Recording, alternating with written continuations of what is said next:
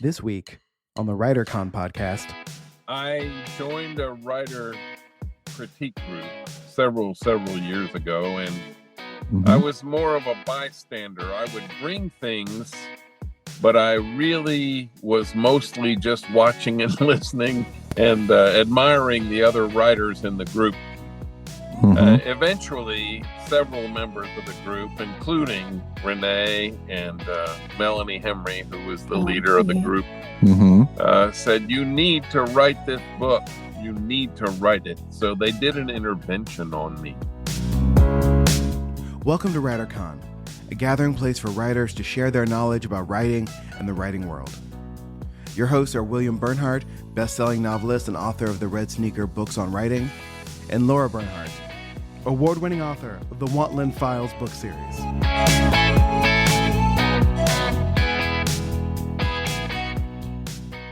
Hey there, writers. Merry Christmas from me and Lara and Jesse.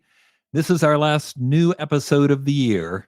Next week, on New Year's Eve, we'll release a classic episode. Actually, we're combining two interviews that we did with Erin Heinecke a while back. She is a movie and TV agent and former WriterCon speaker, but she's one who really makes deals for writers, and great ones with major studios. So these are wonderful interviews, and I hope you will enjoy even the second time around. Given the huge upsurge in book-to-movie deals recently, this seemed like a good choice for New Year's Eve.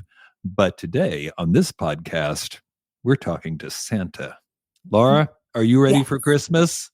I'm so ready. I'm excited this year.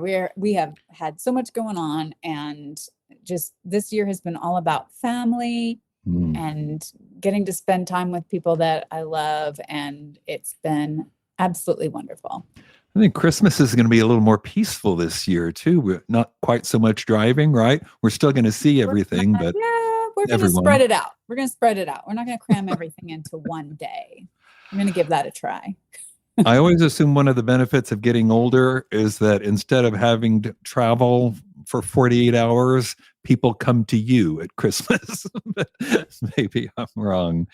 How's it work at your house, Jesse? Or I should really ask, who's harder to shop for, your wife or your cats? Definitely Michelle, because the cats don't care. The cats are happy with the boxes any gift comes in, so they get a gift on an almost daily basis in this house. So I know why he asked you that question instead of me, because he knows the answer. You have to stop buying stuff for Bustafer. I think he has more square footage in the house right now than we do, actually. So. And I just got him a play space for outside. So he just continues to get one good thing after another. Sounds like a good Christmas to me. He's a spoiled baby. Well, our interview today is with Dan Short. Dan Short, you'll hear more about this later, but basically he left the corporate world to follow his calling, which was to give a gift to children and adults alike by becoming Santa Claus. He has fascinating stories of his years as Santa, some moving stories about his years as Santa, and now you can read about them because he's collaborated with our old friend and WriterCon co-founder Rene Gutteridge to produce a lovely book called The Santa Claus Chronicles. What could be better on Christmas Eve? We'll talk to Dan later, but first, the news.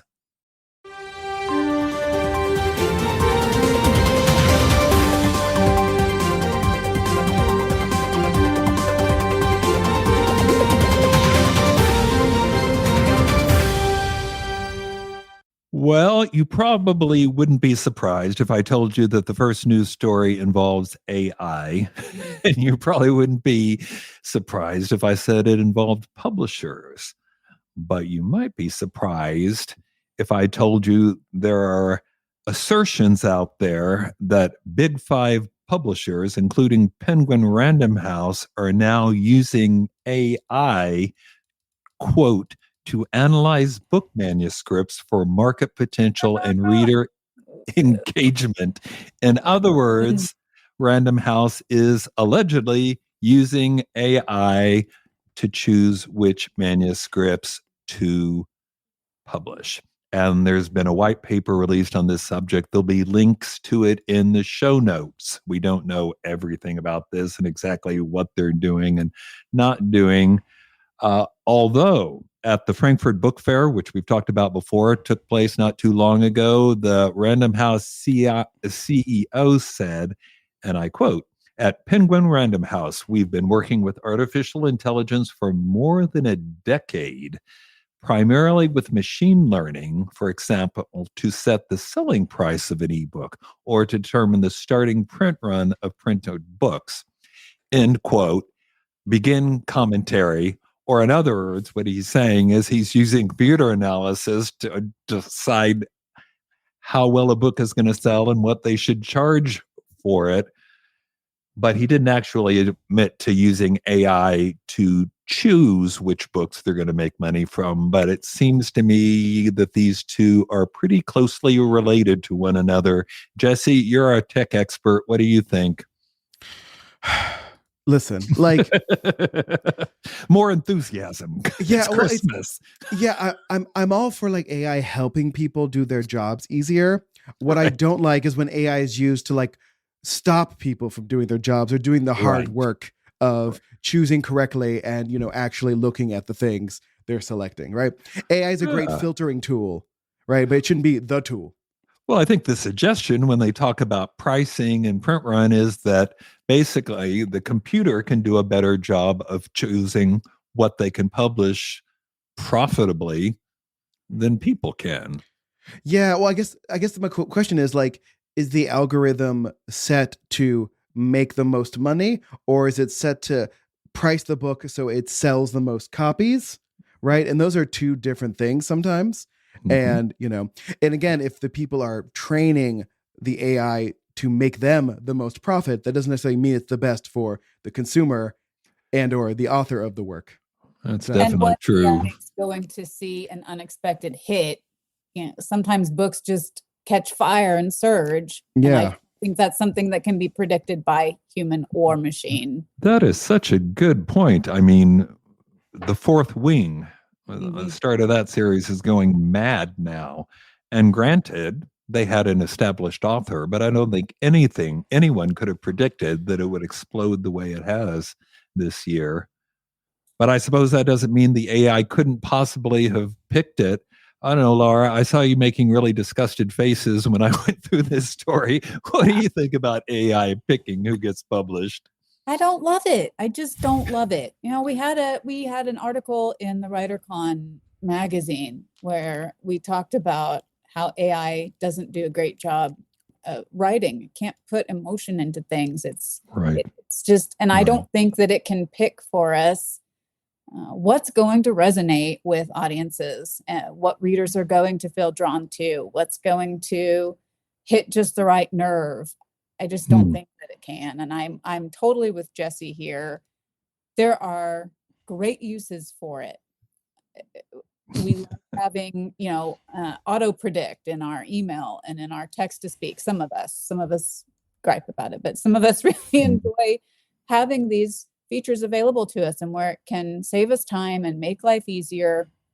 That's great. I don't think it's creative, and I don't think it can replace the human soul. What's going to appeal to people's heart? Is it a cost-cutting measure? I mean, you know, if Random House is going to have AI pick its books, they can let go a lot of editors. And I don't love that either. Yeah. All right, news story number 2. This has to do with Wattpad. You may remember back in October, we told you about Wattpad Originals, which was basically a way for readers to enjoy paid stories that were published on the Wattpad platform, usually by authors they've already come to love by reading their work on Wattpad. Now they're developing something called Wattpad Premium for subscribers who want to pay $5 a month, and they'll get access to 5 curated Wattpad originals for free. So basically, it's like Audible or all the other people are trying to sell you subscriptions. You'll get 5 of these a month if you can read that many of them. Before I turn this to questions, I just want to say, because I know some people out there are probably thinking, Wattpad, who cares? I want to have real books. I think more people have been published more successfully as a result of Wattpad in the past 5 years than perhaps any other platform. Anna Todd being the obvious, but so many people have been discovered on Wattpad. Lara, what do you think about this new development, the Wattpad Premium? I think anything that gets more books into people's hands is great. People who like subscription services, it gives them a nice option and has some good books for them to try to read. I didn't have a lot of, you're definitely talking about people who have had success on Wattpad. I didn't have as much. I'm actually not on it anymore. But it's a great thing for people who are looking for that content. As Jesse says, we need more content. So it's a good thing. I hope that it's successful. Me too. All right. One last news story. The Wall Street Journal has stopped publishing its bestseller list, book bestseller list, obviously. And this is important because there are only so many left. We've talked about this before on the podcast. The USA Today list was generally considered the most scientifically accurate. They killed it and then recently brought it back. But now it's allegedly, purportedly, what adverb should I use? Oops. It's being done by AI too. Now they're just collecting data from people and reporting. The New York Times list is the one people always quote, but as we've also discussed, that's heavily curated. To put it nicely, it focuses on New York publishers and New York authors and New York bookstores, and doesn't, to be fair, they have never claimed to be a national bestseller list. It's the New York Times list. And the Wall Street Journal had, to be fair, lists that were based principally on BookScan data, but still, they did cover self-published books. And USA Today and the New York Times probably never will again. And apparently it wasn't even like a content-based decision. Wall Street Journal just decided not to renew its contract with BookScan, so now they don't have the data, so now they don't have the bestseller list. Jesse, that makes sense to you? All these lists are kind of junk anyway, so I'm fine with let's have bestseller lists done by people who are in the book industry and who actually judge them in a more legitimate, don't have an agenda. Not an agenda so much, but aren't sourcing it out to a third party who they're not necessarily verifying, and or not maybe keeping up with whatever the newest ways books are pushed or sold are. So that's what I say. Thoughts, Lara? Will you mourn the demise of the journal list? I am. Makes me sad to see these go away. And for some of us who were aspiring to maybe hit one of those lists, now they're gone. What do we do now? We don't have a replacement, like Jesse said. Maybe we could replace it with something better, but we don't have that yet. And I haven't heard why they're going away anyway. Okay, they discontinued this contract, but why? And decided it wasn't worth the $12.95 a month they were paying, or something like that. I don't know, but there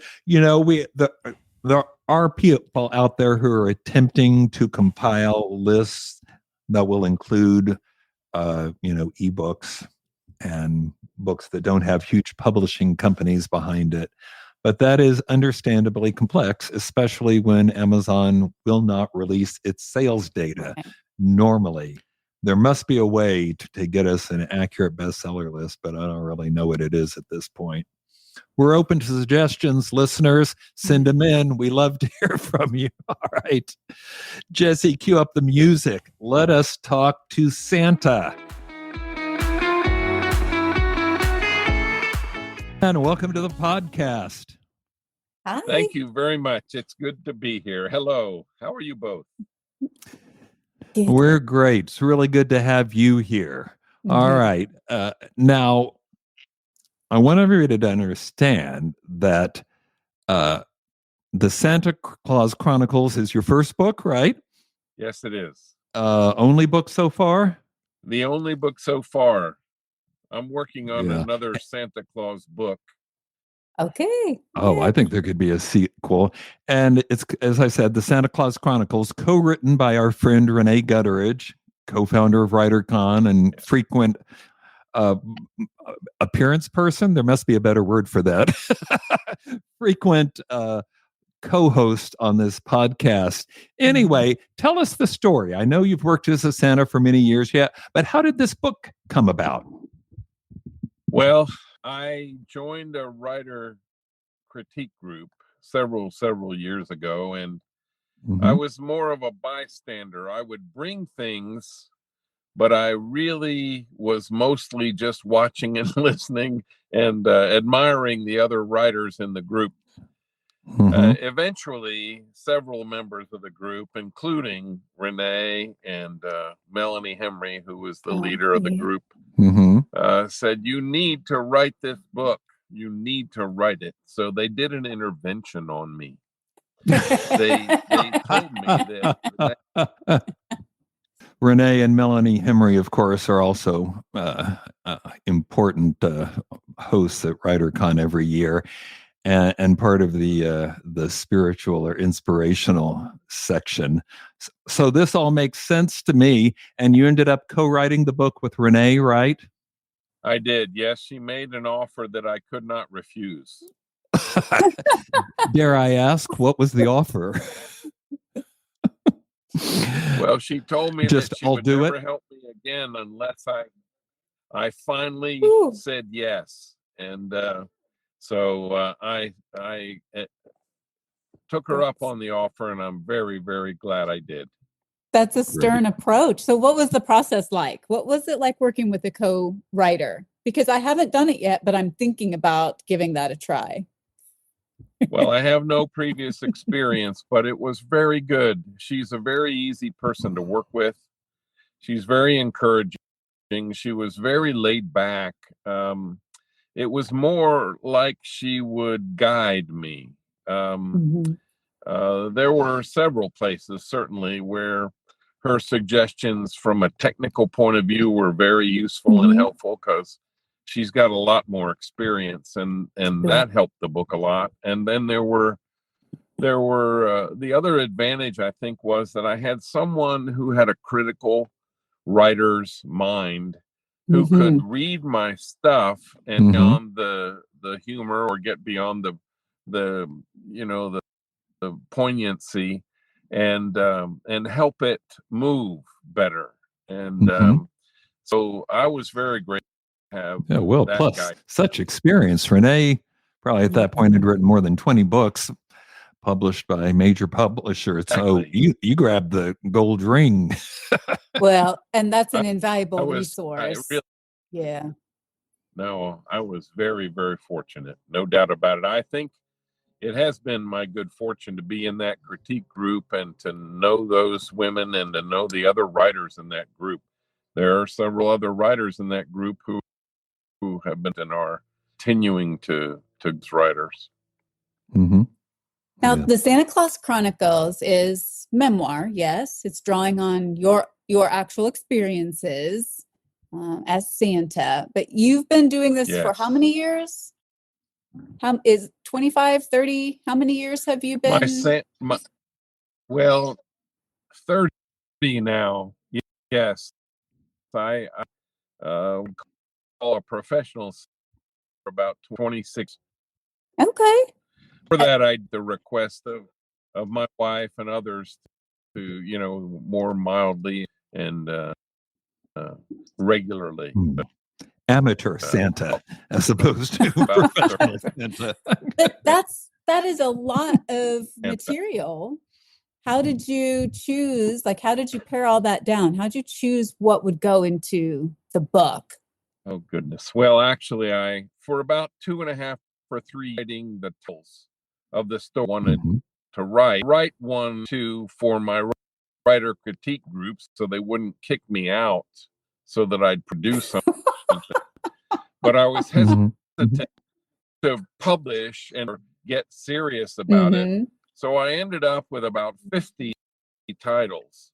And paring it down was more of a process of my own feelings, my own familiarity, and the impact that those particular stories had on me.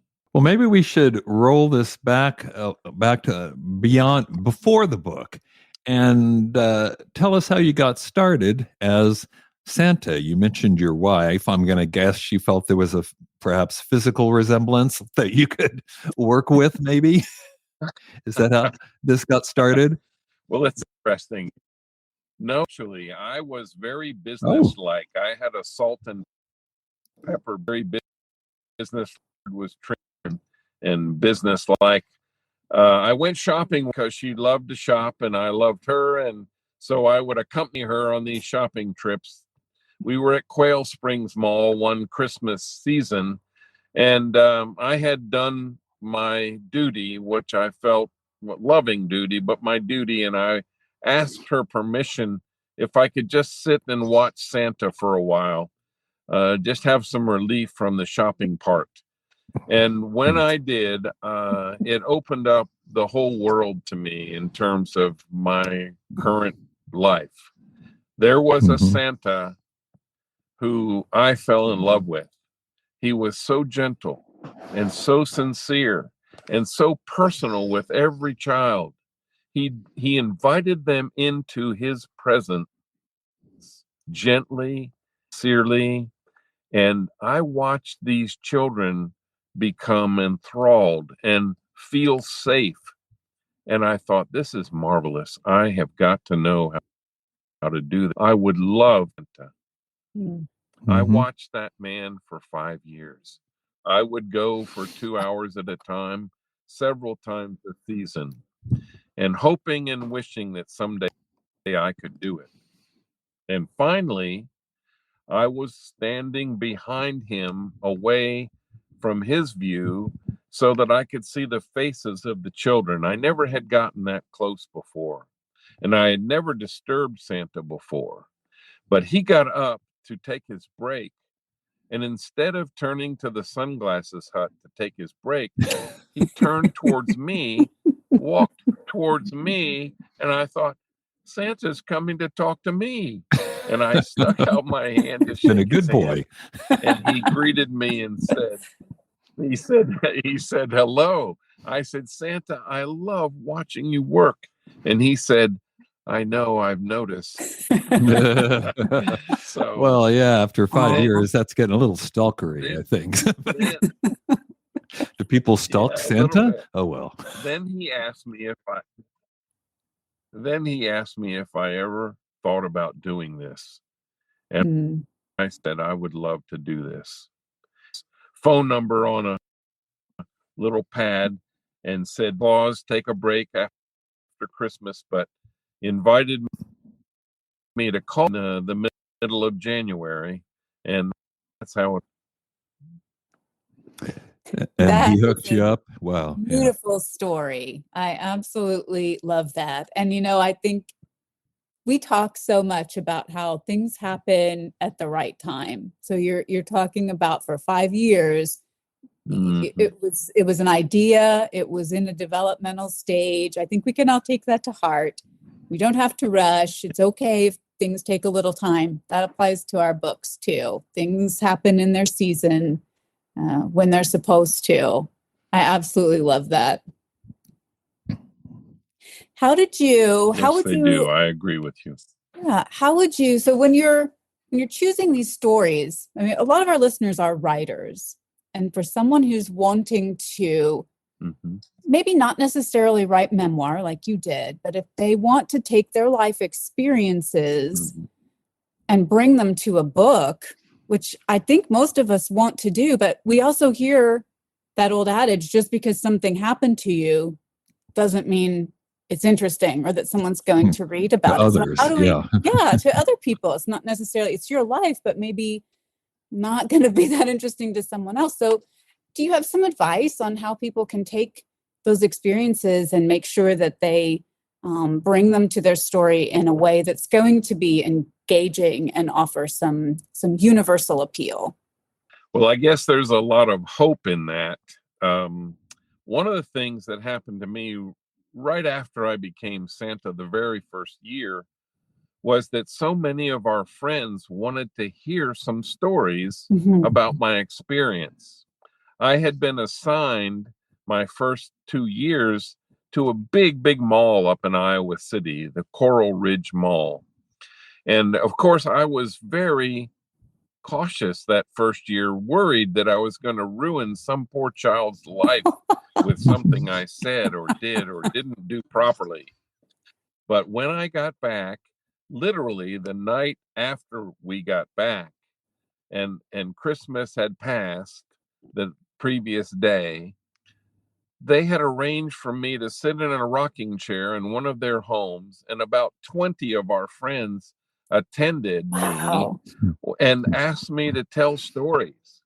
So really the stories began right away without any review, without any kind of evaluation. And so to some extent, that was my first evaluation. And there were some stories that hit better than others. I really wasn't being very careful about noting them, but then I began to think about, when I did tell a story, what did I want to get across? Because everybody since then has said, "Oh, I bet you've got some great stories." And so I have chosen some from time to time, and I share them, and I'm very selective about that. And I try to construct them so that they will be either humorous or, in many cases, poignant, and sometimes to have a point. They don't all necessarily make great wisdom messages, but there's always a human point, a human interest, a human message that I try to communicate. And I really do that with every child that I meet, all during the season. I'm there from one point of view to take a picture with a child and to have them look their best and give their mom and dad a memory that they can hold on to. But I have chosen to use those times to ask questions of the children that let me into their lives and give me insight into their desires, their fears, their hopes. And I use those moments to teach. And it's really, I didn't expect that I would do that, but it's really also the way that a lot of stories emerge. Well, after that lead in, you probably know where I'm going next, Dan. Do you have a favorite Santa story you can share? Oh my goodness. I mean, I would ask for Let's 5, see. but since I'm sticking, maybe 1. We got a time issue. Let me think quickly. That, the story that's been placed in my book first, and I did not choose the positioning. The publisher chose the positioning, and I'm not sure that I really have ever agreed with that positioning, because it's a beautiful story, but it's a very poignant story. I got a call on a Friday night. I was not due to be Santa for a whole week at North Pole City. The season had not started for us, but I got a call on a Friday night from Rosanna, who was the manager of the design department at North Pole City. And she said, "Santa, I know it's late." It was about 9 p.m., but we had a special request today. A mother called us and asked if we could make a special time for their daughter and their 2 other children to meet Santa. The daughter had been ill with cancer and diagnosed since she was 2 years old, and she was 5 now. And she had been struggling, and she had been declining. But she also perked up when she went to Sam's and tasted all the different samples that they handed out. It was sort of a highlight for her. And when she got out for that, she loved it. Well, the mom asked, and Rosanna said she would check with Santa, and we did that. The next day I arrived a little before the family did, and Rosanna had decorated the set, had created the sleigh, and had put aside some toys from the store for all three children.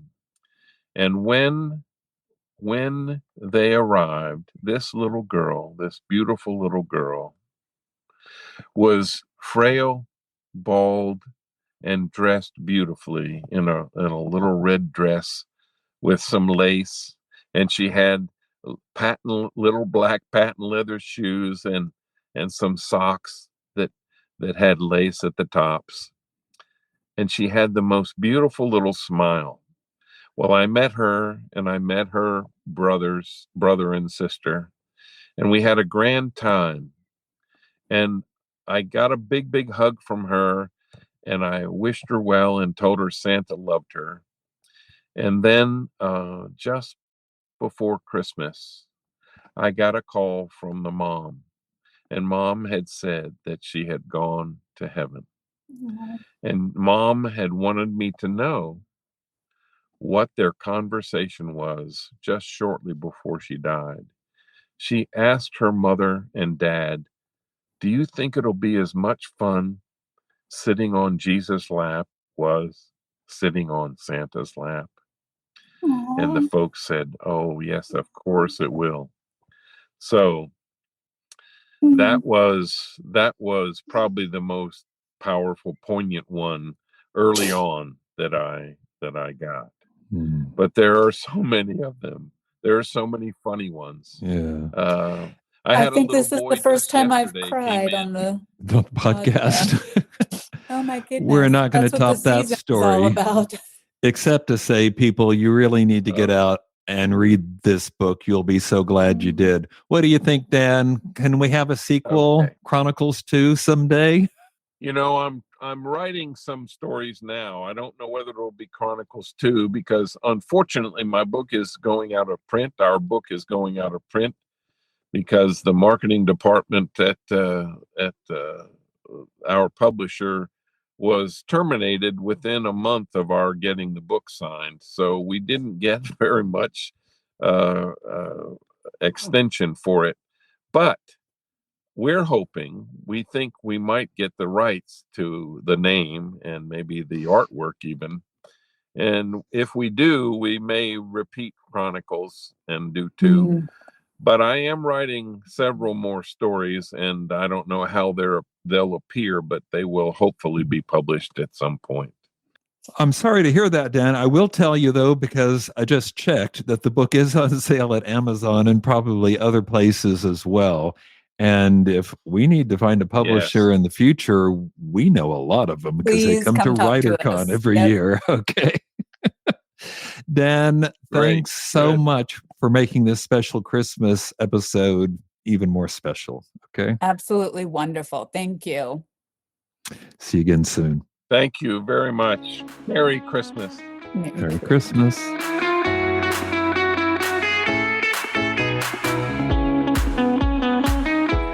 Just a few parting words. It is Christmas Eve. If you haven't yet snagged your 99-cent copy of Christmas Spirit, you have a couple of days left. And don't forget about Christmas Tapestry, which is a lovely collection of terrific short stories. And of course, we have that holiday issue of our WriterCon magazine full of information and inspiration for aspiring authors everywhere. At Christmas time, or whatever your holiday of choice is. That's so terrible. I just want to do that over again. Just cut that whole thing out. A little dismissive. Yeah. Or whatever you do. Didn't work out. Didn't come out the way I wanted it to be. Yeah. I mean, it does have Christmas in the title, but still. It does. Okay. Edit all that junk. Just end it with her summary. Well, we should say bye, probably. Yeah. Say what? Say something about next week. We'll have a compilation episode from Erin Heinecke, but I specifically said a holiday issue of the magazine rather than Christmas because it's all inclusive. We have a nice. You were on it. I wasn't, and I mentioned I said episode. I bobbled it. Oh no, that was nothing. I mentioned the special episode at the top. I don't think I need to do it again. Okay. But you should probably say more about the issue, don't you think? Tell them about what's in it. Okay. Do you want me to just start over or just keep going and Jesse will fix I don't really remember how we left it. Let's just do it over again just to make it easier on me. Okay. Well, then he'll have two things to choose from. Okay. That's true. Before we go, let me go ahead and remind you that if you haven't yet picked up your 99-cent copy of Christmas Spirit, you have a couple more days to grab that.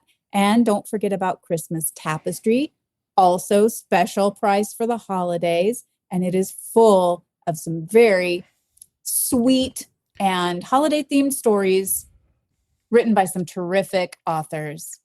And we can't end the episode without talking about our holiday issue of the WriterCon magazine. It is full of inspirational and informative articles for aspiring authors everywhere. You can read about best gifts for authors, best gifts authors can give to themselves. How are you going to market your book during the holidays? And we even have an interview with Santa. So don't miss out on that. Go to Substack and find the WriterCon magazine and subscribe today. You can subscribe free, but you don't get the magazine. And let's but you get some lovely pay posts. a little bit, but it's worth it. It's not that much. It's worth it. Oh yeah, you get the posts. But paid subscriber to get the magazine, and as she indicates, it's a bargain.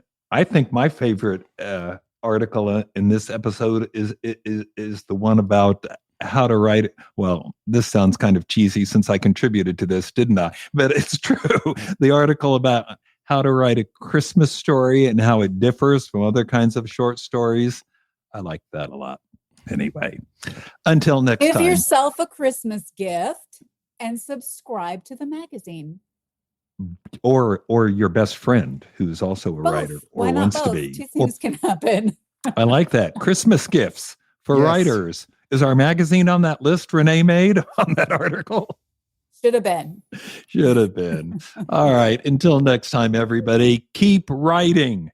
You don't even get Christmas off. Write every day. And remember, you cannot fail if you refuse to quit. Merry Christmas, everybody.